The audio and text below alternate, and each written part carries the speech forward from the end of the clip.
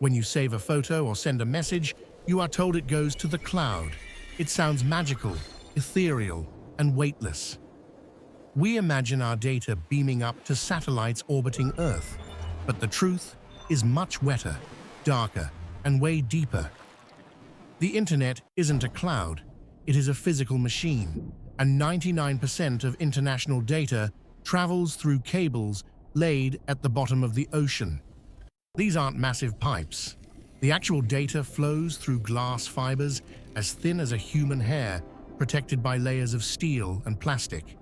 This is the real World Wide Web, a sprawling physical nervous system encased in mud and salt water, spanning the entire globe. Satellites are too slow for the massive amounts of data we use. For speed and volume, light traveling through glass on the seafloor is unbeatable. Surprisingly, this isn't new technology. We have been laying cables underwater since the mid-1800s, starting with simple telegraph lines. Today, the network is vastly more complex, connecting billions of devices to massive physical locations called data centers. These cables are laid by massive specialized ships that can carry thousands of kilometers of cable at once. Near the shore, we use underwater plows to bury the cables deep under the sand to protect them from damage. In the deep ocean, the cable just sits on the seabed, but every 80 kilometers, we need a heavy signal booster. These boosters amplify the light signal, ensuring your cat video travels across the vast ocean almost instantly. In the past, sharks actually bit these cables, but modern cables are shielded, so sharks are no longer an issue. The real enemies are human activities. Fishing trawlers and dragging ship anchors cause most internet outages. When a cable breaks, a repair ship must hook it, pull it up from the abyss, and splice the glass fibers manually. Luckily, the network is redundant. If one cable snaps, your data automatically reroutes through another path. Once the light hits land, it travels underground to the true physical home of the internet, the data centers. These buildings are modern fortresses. High fences, biometric scanners, and armed guards protect our cat videos. Inside, it is not a cloud. It is a deafeningly loud room filled with rows of powerful computers called servers. A server is just a computer like yours, but stronger, flatter, and designed to work without a screen. It never sleeps. They store the entire knowledge of humanity on spinning magnetic disks and silent flash memory chips. All this thinking creates massive heat. If we don't cool them constantly, the internet would literally melt down. That is why data centers are mostly giant air conditioners. They use enormous amounts of electricity just to stay cool. The internet consumes more electricity than entire countries combined. It is a hungry, physical beast. So next time you tap a screen, remember, you are waking up a machine, deep underwater, and a server miles away. To find each other in this chaos, every device needs a unique home address called an IP address. But data doesn't travel in one piece. Your computer chops that photo into thousands of tiny packets. Each tiny packet carries the address of where it is going and exactly which piece of the puzzle it is. These packets meet routers. Think of them as traffic cops deciding the fastest route for each envelope. Ideally, they split up. Packets take different paths around the world to avoid traffic jams.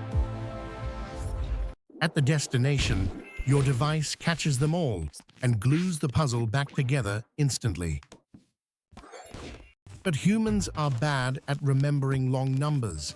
We use names, but machines use IP addresses. So we built the DNS. It is the internet's phone book, translating your words into numbers computers understand. We love to think internet is wireless, but wireless is actually just a very short, invisible wire. Your router is a translator. It takes the light signal from the cable and turns it into radio waves. These waves are actually light, just a lower energy form of light that our eyes cannot see. But this invisible light is weak. Walls absorb it. That is why the internet sucks in your bathroom.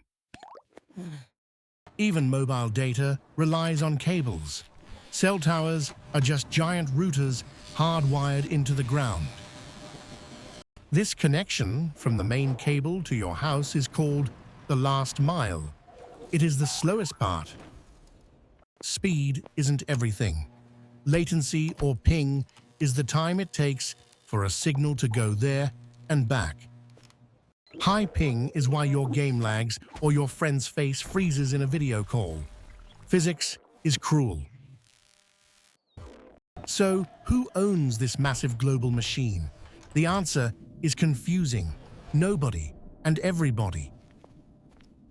The internet is not a single thing. It is a hierarchy of networks organized in 3 tiers. At the top are Tier 1 providers. These giants own the deep sea cables and the global backbone. They swap data with each other for free in a handshake agreement called peering. At the bottom is Tier 3. These are the local companies you actually pay monthly bills to. They simply buy access from the big guys and resell it to you. You are renting a tiny slice of the pipe. Since physical cables pass through borders, governments can control them. They can build walls. This physical structure is fragile. If a few key cables are cut, entire nations can disappear offline. The size of the internet is measured in zettabytes. 1 zettabyte is 1 trillion gigabytes. If you stored the internet on standard hard drives, the stack would reach to the moon and back. But here is a mind-blowing fact. Information is physical, carried by electrons, and electrons have mass. If you weighed all the electrons in motion making up the internet right now, they weigh about 50 grams, a strawberry. But what we see is tiny. The surface web, things you can Google, is just the tip of the iceberg. 90% of the internet is the deep web. It isn't scary. It's just password-protected, boring data. At the very bottom lies the dark web, hidden networks that require special software like Tor to access. So the internet is a strawberry-sized electric brain hiding a mountain of secrets under the ocean. Ultimately, the internet isn't just cables and servers. It is the collective nervous system of humanity. It is a fragile miracle built on glass threads and light, keeping us all connected in the dark. So the next time a page loads slowly, don't get angry. Marvel at the journey it took to reach you. We explain the universe one video at a time. If you learned something new, click that subscribe button